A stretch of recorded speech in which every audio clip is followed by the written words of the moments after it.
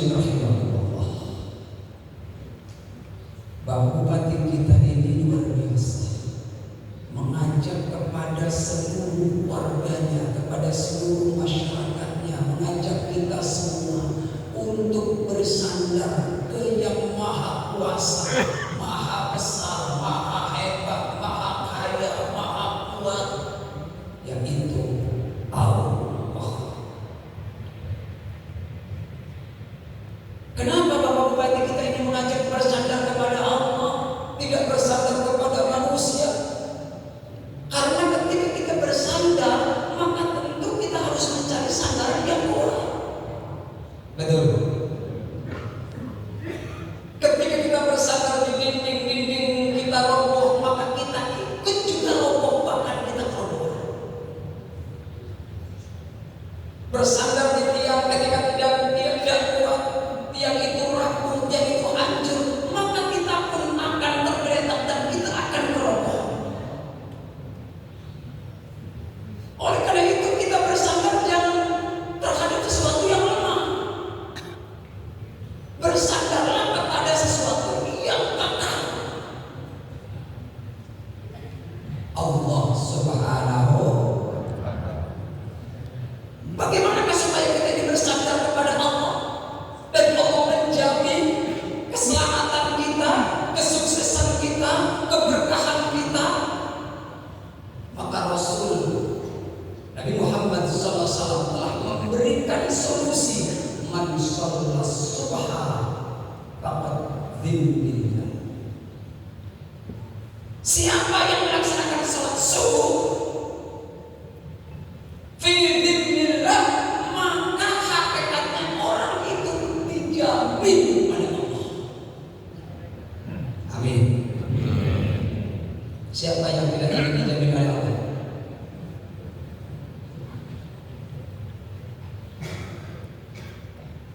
Kenapa kita butuh jaminan Allah? Karena sekaya-kayanya manusia tidak mampu menjamin ketika Allah tidak berkenan. Dalam sejarah, manusia terkaya di muka bumi ini adalah Nabi Sulaiman. Nabi Sulaiman minta izin kepada Allah, ya Allah, saya mohon izin kepadamu, saya ingin memberikan makan ikan-ikan yang ada di lautan dengan harta kekayaan saya. Kata Allah, baik kalau begitu. Allah perintahkan kepada malaikat, kalau besok jangan kasih makan ikan yang ada di laut, karena besok akan dijamin oleh Nabi Sulaiman yang kaya-kaya, harta bendanya berlimpah, rumahnya emas, karena kaya. Nabi Sulaiman mengatur pasukan untuk mengumpulkan makanan. Semua makanan, produk-produk makanan jangan dijual. Semuanya dibeli oleh Nabi Sulaiman untuk memberi makan ikan yang ada di laut. Kemudian Nabi Sulaiman karena mampu berbicara dengan ikan, wahai ikan, silakan berbaris. Dari ikan yang paling kecil itu terus sampai ikan yang paling besar di belakang, saya akan kasih makan hari ini. Apa yang terjadi? Makanan yang sudah disediakan oleh Nabi Sulaiman, dia rencananya untuk memberikan makan kepada semua ikan yang ada di laut, ternyata baru dimakan ikan kecil habis. Nabi Sulaiman menangis kepada Allah, ya Allah, maaf ya Allah, ampun ya Allah, saya gak sanggup ya Allah.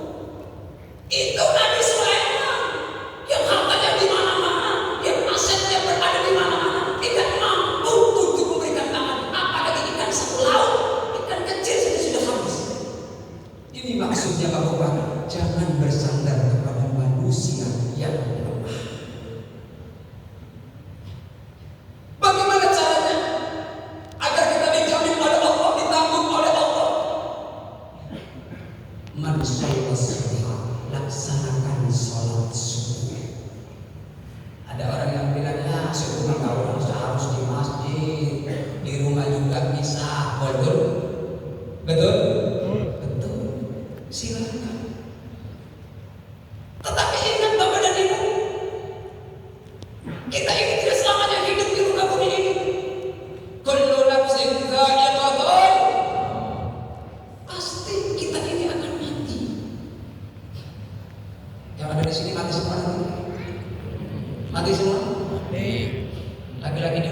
Ibu dulu. Oh bapak dulu. Masya Allah. Pantesan di majelis taklim, saya punya majelis taklim itu janda. Bapak-bapaknya mati duluan. Kenapa didoain ibu? Bapak dulu katanya yang mati.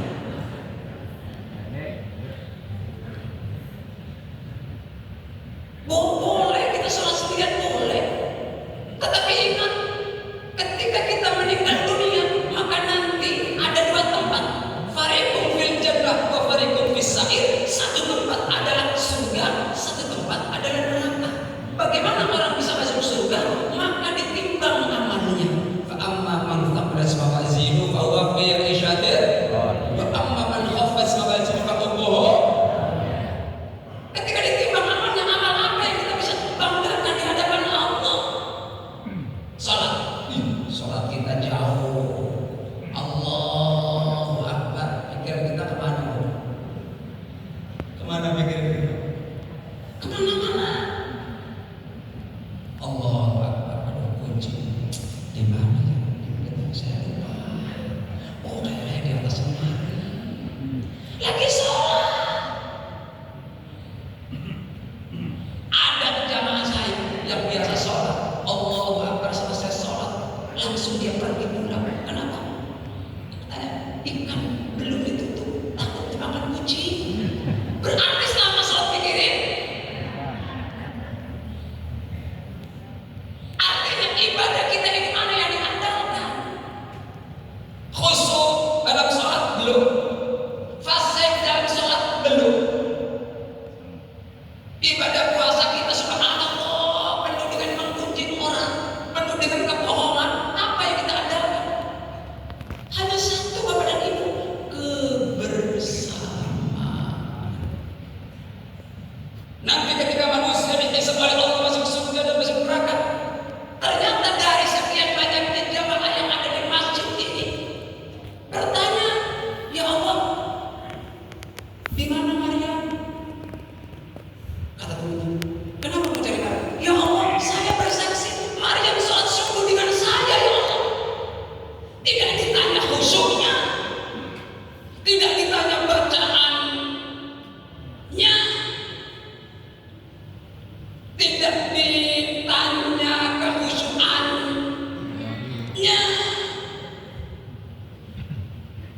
Betul. Tapi yang disaksikan Maryam dulu sholat subuh sama dengan saya, di samping saya. Bapak Ahmad itu ada di samping saya. Ya Allah, saya bersaksi. Ketika ada yang menyaksikan bahwa teman kita sholat berjamaah dengan saya, maka Allah mengabulkan. Keluarkan dia dari neraka. Subhanallah. Ini Pak yang kita cari. Dia kanu yusalluna ma'ana. Dia sholat bersama saya, ya Allah. Bapak-bapak dan ibu nanti di hadapan Allah akan menjadi saksi teman-teman kita semua. Subhanallah. Untung tidak kita masuk surga bukan karena ibadah kita, tapi karena penyaksian teman kita. Untung tidak. Berarti kalau begitu teman kita butuh nggak? Kita butuh teman nggak?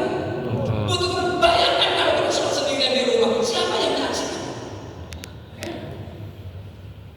Oleh karena itu subhanallah, terima kasih kepada Bupati yang telah memberikan program Subuh Akbar. Alhamdulillah. Sama-sama kita baca Alhamdulillah. Dan sekarang kita buktikan betul enggak orang yang subuhnya berjamaah di masjid dijamin oleh Allah? Jawabannya betul. Dalam sejarah ada salah seorang panglima yang bernama Khalid bin Walid, panglimanya Rasul. Ketika memimpin perang, menghadapi lawan, menghadapi musuh, tidak pernah terkalahkan. Panglima-panglima yang lain bertanya, wahai Khalid, apa resepmu? Saya juga jenderal, kamu jenderal, tapi saya jenderal memimpin perang pernah kalah. Saya panglima, kamu juga panglima, tapi saya sebagai panglima memimpin perang pernah kalah. Kamu gak pernah kalah. Apa rahasiamu? Apa jawaban Khalid bin Walid? Saya rahasianya tidak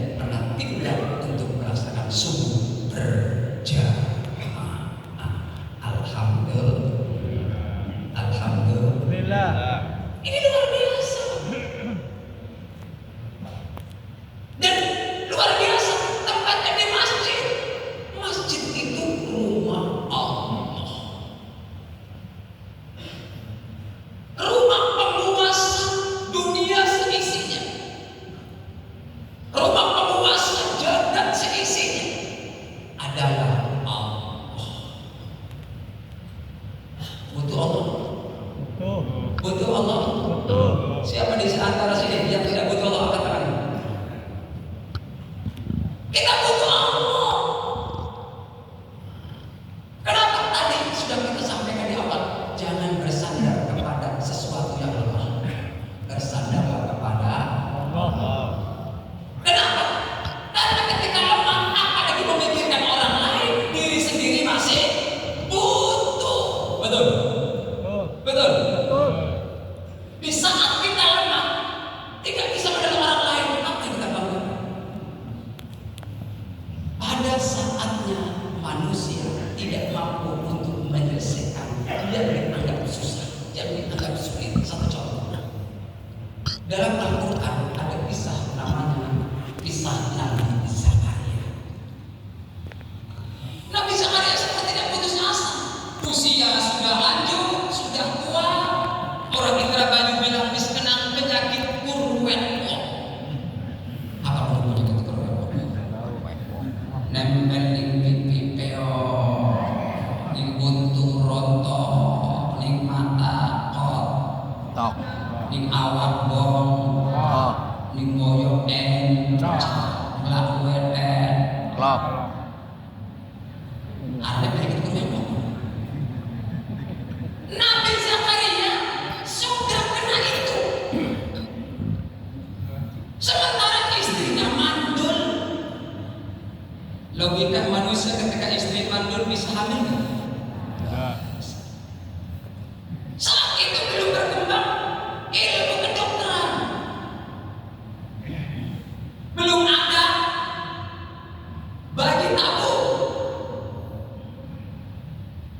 Dan saya mengisi tausiah ini di Ikatan Dokter Indonesia, ngobrol dengan dokter kandungan. Dok, ada nggak orang yang ikut program bayi tabung gagal? Banyak.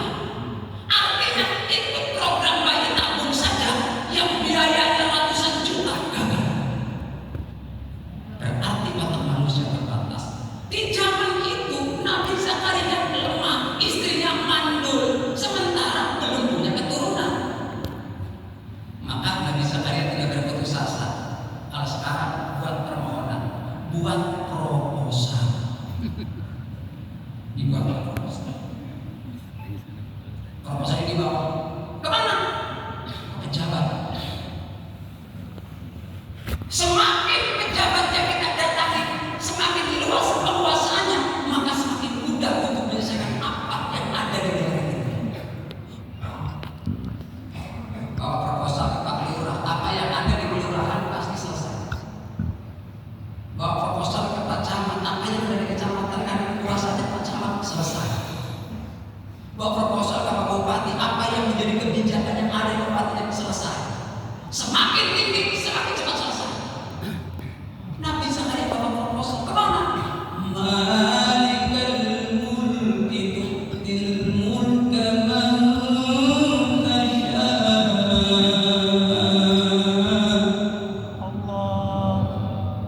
Menghadap kepada Allah. Di mana menghadapnya? Yang enak ngobrolnya ke rumah pribadinya.